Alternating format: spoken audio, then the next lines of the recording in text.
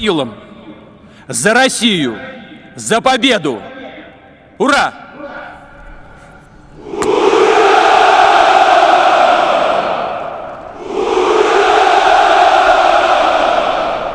Rusia mengancam Swedia dan Finlandia akan menjadi target serangan seperti Ukraina saat keduanya mendaftar sebagai anggota Aliansi Pakta Pertahanan Atlantik Utara atau NATO.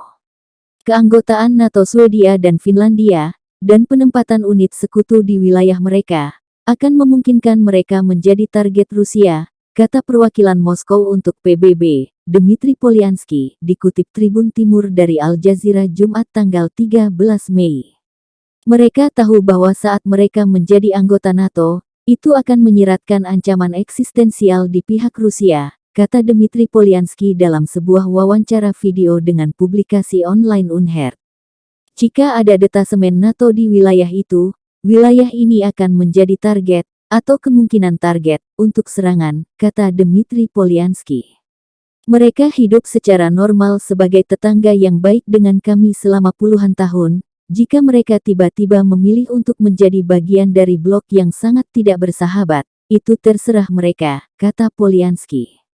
Diketahui, Swedia dan Finlandia diwacanakan segera bergabung dengan NATO.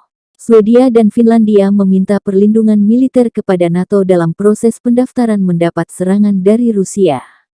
Amerika Serikat dan Inggris menjanjikan bantuan militer jika Swedia dan Finlandia mendapat serangan militer saat proses bergabung ke NATO.